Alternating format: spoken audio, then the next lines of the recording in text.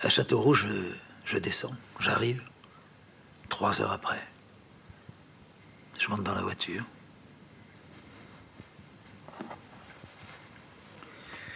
Je sors de la gare, je passe sous le pont du chemin de fer, direction La Châtre. Je roule tout doucement. Je revois rien, je revois tout. Je cherche qu'est-ce que j'ai fait, quels sont les 2 derniers dessins que j'ai terminés.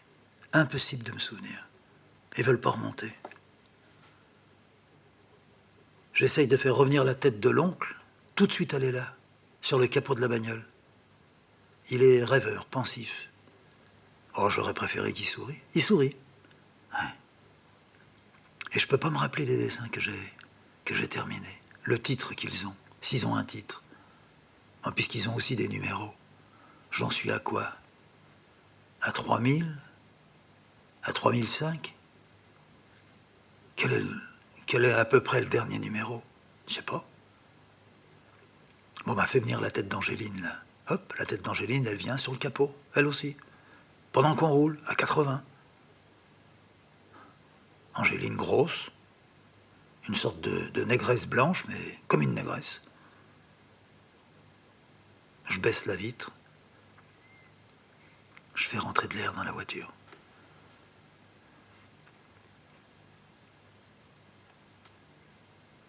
Et Cécile, qu'est-ce qu'elle fait en ce moment comme gravure?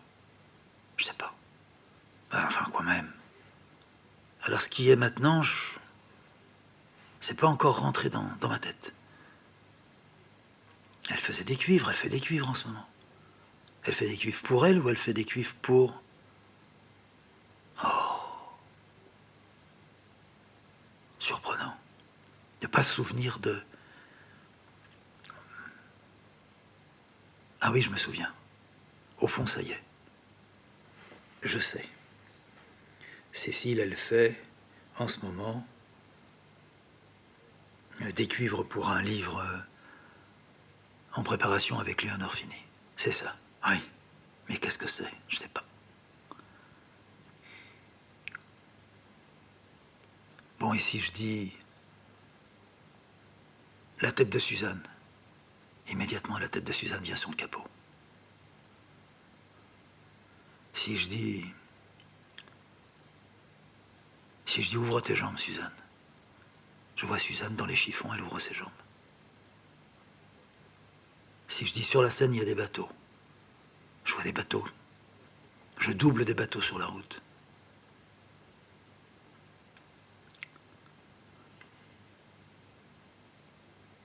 Et alors au Maroc, tu le vois le Maroc? Tout à fait.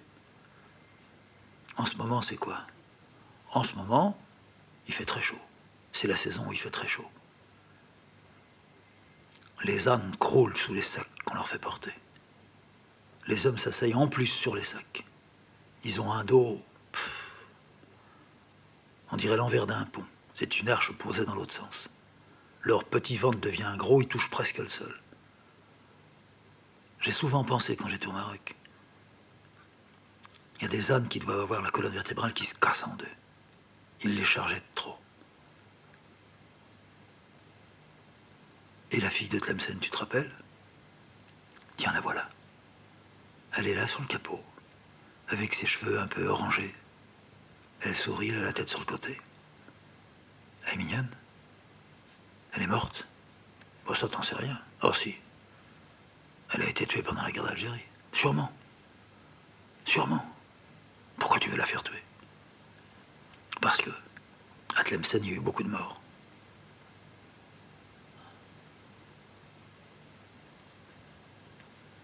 Et si tu penses à Corcelles, qu'est-ce que tu peux faire venir? Je sais pas, ce que tu veux. Bah alors, à Corcelles, il y avait... Oh. Alors, qu'est-ce qu'il y avait à Corcelles? Bah, je sais pas, à toi. Dis un nom. À Corcelles, il y avait la femme Gaujon. Bah tiens, la voilà. Ouais. Elle tricote. Je l'ai toujours vue en train de tricoter. Ouais. Allez, du vent. Quelqu'un d'autre. Alors à la cour, oui. Ben, il y avait Janine. Ah oui, je me rappelle. Tiens, la voilà. Elle a toujours pas de dents. Elle avait le palais défoncé. Quand elle souriait, il y avait un morceau de chair qui passait. Elle était déformée complètement. Elle était née comme ça, bien sûr. Et ta grand-mère, tu la vois? Ouais, tiens, elle est là. Et Cécile, tu l'as fait venir? Cécile, tu peux la faire venir? Bah non, elle est vivante, alors c'est pour ça qu'elle vient pas. Ah, je suis l'homme des morts. Oui. Ça, je l'ai toujours pensé. Ce que je fais, c'est ça. Non, c'est pas vraiment ça. Ah, moi, je t'assure. Ce que je fais, c'est toujours appuyer sur quelqu'un qui est mort. Je le sais pas. Mais il y a toujours quelqu'un qui est mort. Tu peux pas faire un dessin sans qu'il y ait ça. C'est ceux que j'appelle les ancêtres. Et au fond, je les célèbre tellement peu. Ah non, tu peux pas dire ça. Ben, moi, je le sais bien. Au cimetière, j'irai jamais. Je peux te certifier. Je mettrai pas les pieds au cimetière pendant 20 ans, si je vis encore 20 ans. J'irai pas sur la tombe de mes parents. Ouais, ça, je le sais. Alors tu vois bien. Ah oui, mais quand tu fais des dessins, tu les fais venir. Je les fais pas venir, c'est eux qui viennent. Oui, bah ça revient au même. Ah.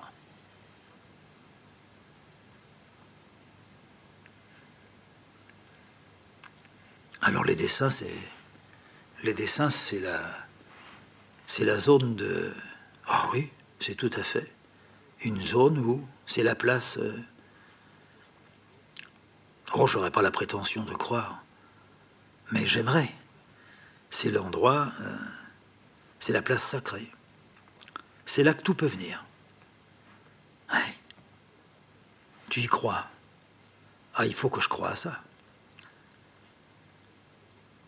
D'ailleurs, je crois. Oui, d'ailleurs, tu crois. Tiens, là, on est à Corlay. La chatte, c'est dans le fond. Et puis, le Cousa, c'est beaucoup plus loin encore. Ah oui, mais on ne peut pas voir le Cousa d'ici. Ça descend. On va passer Lingray, tiens. Et si tu faisais revenir quelqu'un d'autre? Allez, vas-y, qui? Je sais pas. Marie? Oui, regarde là. Oh, Marie, elle était folle. Elle était folle de l'oncle, oui. Tu l'as revue, bien sûr. Elle t'en voudra de ne pas lui avoir dit que la mère est morte. Ah, je voulais pas la voir.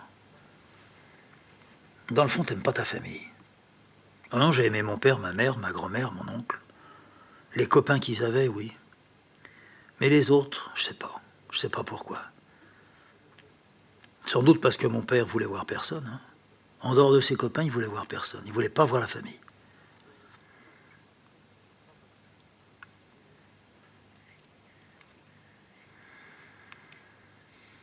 Dans une demi-heure, je suis là-bas. Voilà la Châtre. Je monte la rue nationale.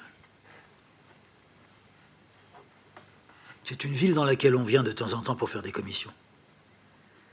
Cécile dit toujours quelle jolie petite ville. Moi, je renchéris, c'est une vraie petite ville. Et c'est ça, une vraie petite ville de campagne. Quand quelquefois on vient faire nos commissions, qu'on arrête la voiture sur la place du marché, cette grande belle place, une place qui est restée ce qu'elle était. Bon, pas il y a 500 ans, mais il y a 50 ans, 60 ans, c'était ça. Encore les gros pavés, les maisons ventrues. Il y a les magasins en trop, ça serait beau s'il n'y avait pas les commerçants. Mais ça fait rien, la place est belle. Je la frôle, là, la place, en ce moment. Je suis en train de remonter la rue nationale.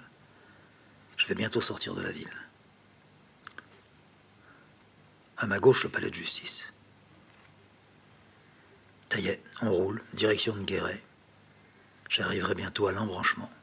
À l'embranchement, je tournerai à droite. Je vais passer par Crevant.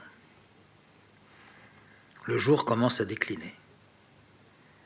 C'est une belle campagne. C'est plus beau là que du côté de Châteauroux. Ce qui est formidable, c'est qu'on ne connaisse personne. C'est qu'on ait envie de rencontrer personne. Les 2 ou 3 personnes qu'on a rencontrées, c'est pas possible. C'est pas possible, on peut pas. On peut pas se taire. Et ce qui se dit, c'est inavalable. Alors on est mieux tout seul. J'aime mieux les paysans qui disent bonjour de loin. L'embranchement. À droite, doucement. Voilà. Plus bas, attention aussi, un petit peu à droite parce qu'il y a un étang. Il y a les types qui passent à travers la barrière, pouf, dans l'eau. Ça y est, c'est crevant pour ainsi dire. Demain matin, je ne pourrai pas travailler. Je vais laisser passer un jour ou deux. Si j'étais un peu jardinier, j'aurais dit à Cécile, je vais faire du jardinage. Je ne le suis pas. Je vais avoir à tondre. Ça sera une bonne occupation. Je vais préparer du bois. Du bois pour l'hiver. J'aime bien faire du feu.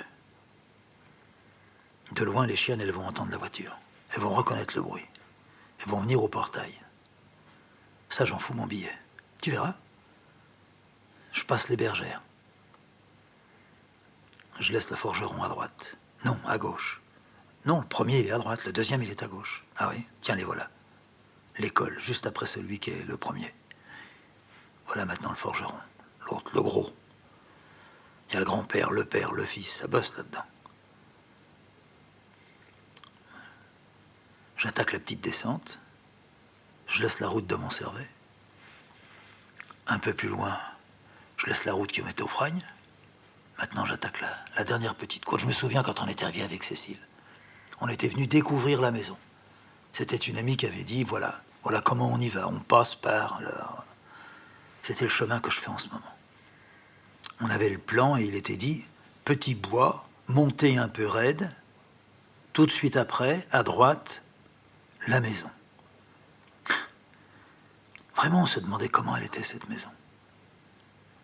On était venu depuis la cour pour la regarder, la visiter.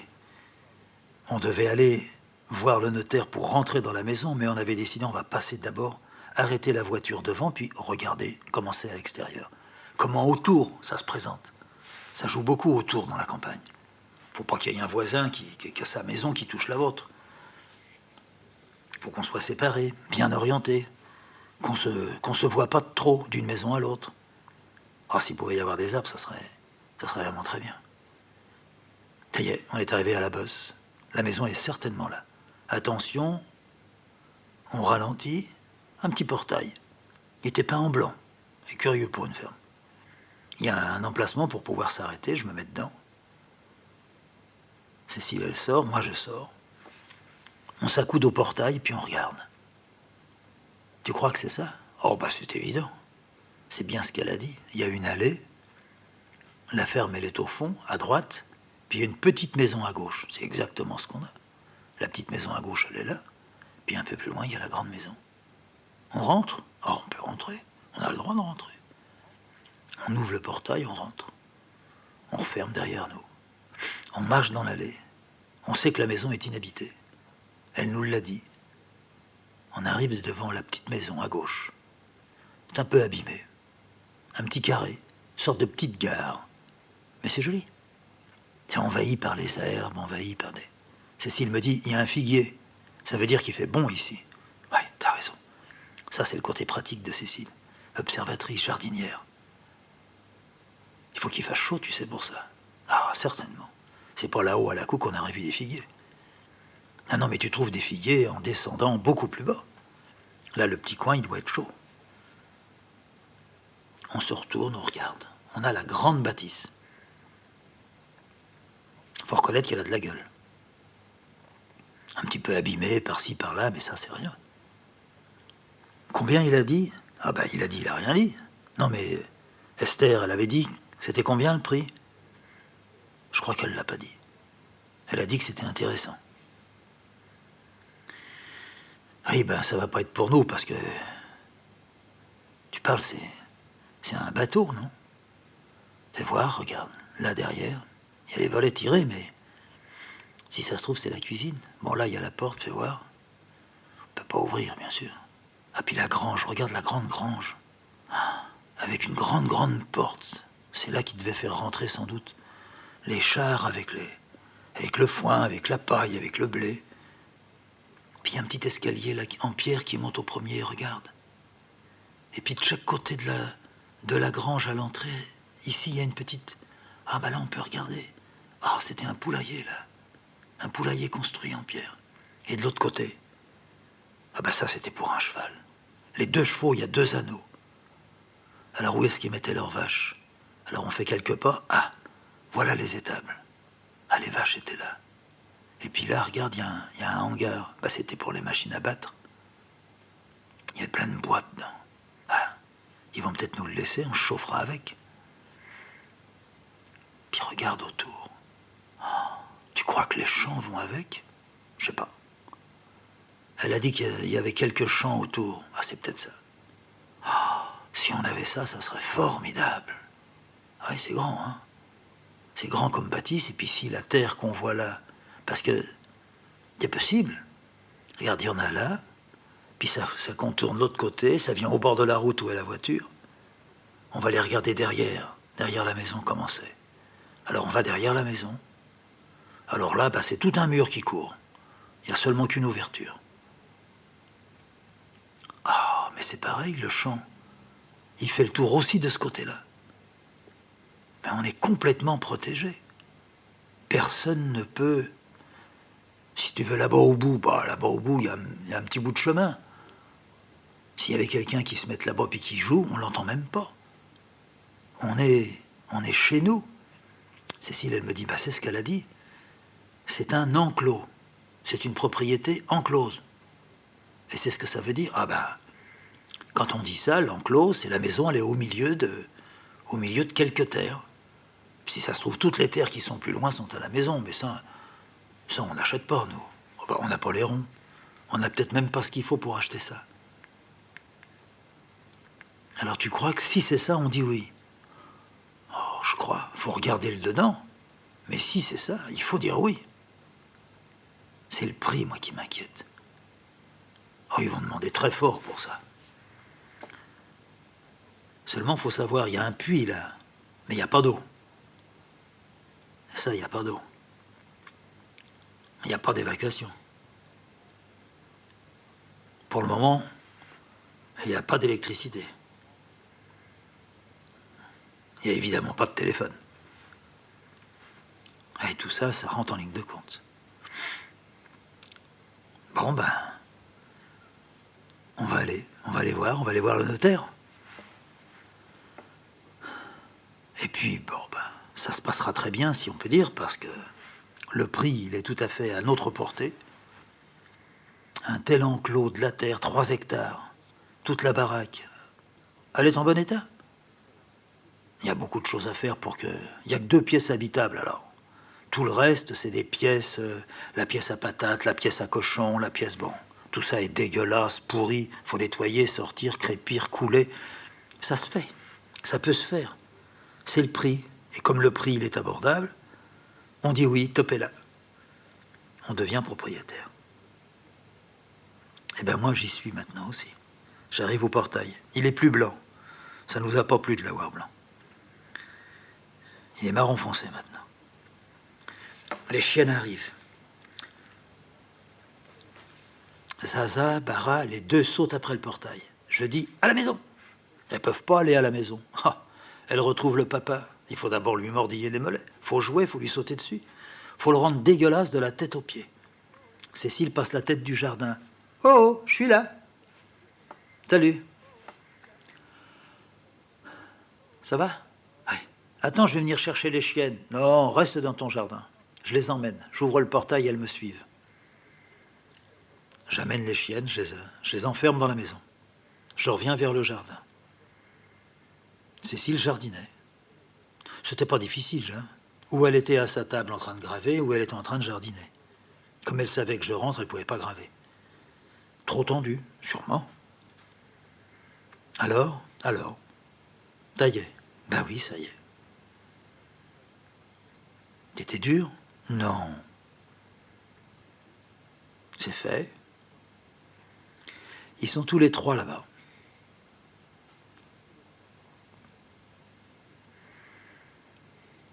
Bah tu rentres ta voiture et puis moi j'arrive. Là j'arrachais des herbes pour passer le temps. Je savais que tu allais arriver autour de cette heure-là. Je rentre la voiture. Je la mets dans le fond de la cour. Je viens dans la pièce, la grande pièce, là où il y a la cheminée. C'est bien. Je suis chez moi. Cécile arrive, elle se lave les mains, elle retire ses bottes, elle s'arrange un petit peu, s'approche de moi, on s'embrasse. T'as quand même eu une dure journée. D'une certaine manière, c'est vrai. Tout s'est passé, oui, tout s'est passé normalement. J'ai même fait un petit tour dans Boulogne. Je suis pas prêt d'y retourner, hein, je peux te le dire. Tout comme le cimetière, je n'irai jamais. Ah bon? Jamais. Bon, si t'en ressens pas le besoin. Non, j'aime mieux les avoir dans ma tête. Quand je roulais là tout à l'heure, je les imaginais tous. Tous ceux qui sont morts. Aïe. T'as de la chance, t'en as moins que moi, me dit Cécile. Et puis ils sont morts dans leur lit. Oui, bien sûr, je peux me dire ça aussi. C'est vrai, je suis retombé, je suis revenu, je suis sur Terre. Toute cette journée partie tout seul, ma mère, cimetière. Oui. Là, je suis retombé sec. Cécile me dit, ils sont morts dans leur lit. Oui. Oui, oui, elle a raison de me dire ça. Ils sont morts dans leur lit. Ils sont pas morts avec une blessure dans la poitrine, dans la tête, dans la nuque. Ils sont pas morts en respirant du gaz. On peut le dire, ça. Tu veux t'allonger? Oui, je m'allongerai bien un petit peu. On dînera tout à l'heure? Mais oui, mais on a le temps. Je vais dans le grand atelier là-bas, au fond. Les chiennes sont là, elles attendent. Sur le tapis. Ah, elle, c'est la folie. Ça saute, ça va, à droite, à gauche. Les chats aussi. Ils viennent, ils font le gros dos, ils se frottent après moi. Cécile en prend un, elle le caresse. Il fait vraiment le câlin dans le cou de Cécile. Je jette un œil sur la grande table, c'est là que j'ai laissé des feuilles. Ah, on n'a touché à rien, dit Cécile. Je lui dis, j'imagine. Tu ne l'as pas continué un peu pour moi? Non. Non, mais je sais ce que tu penses, me dit-elle. Mais tu verras, ça reviendra. Oh, je n'ai pas. Il faut laisser passer, il faut laisser faire le temps, là, oui. Mais...